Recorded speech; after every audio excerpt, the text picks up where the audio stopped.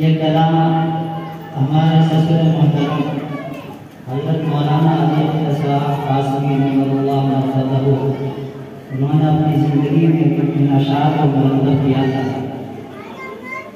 हज़रत मौलाना अली अख्तर साहब कासमी अलैहिर्रहमा बानिए जामियातुल अबरार हज़रत मौलाना शफी मोहम्मद नदवी के चचा थे और अल्हम्दुलिल्लाह उनके चचा मोहतरम एक अच्छे आलिम भी थे और अच्छे शायर भी थे।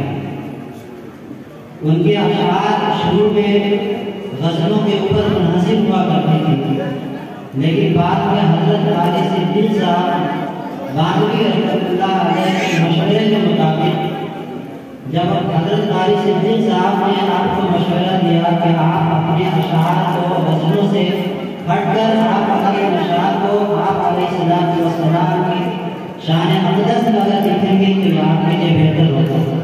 फिर उन्होंने वहीं से अशार का रुख मोड़कर नबी अकरम सल्लल्लाहु अलैहि वसल्लम की ज़ात अक़दस की तरफ मोड़ दिया और उसके बाद उन्होंने कई अशार और कई नाते अपने की शान अक़दस में लिखे। उन्हीं के चंद अशार आपके पेश किए। सर चश्मे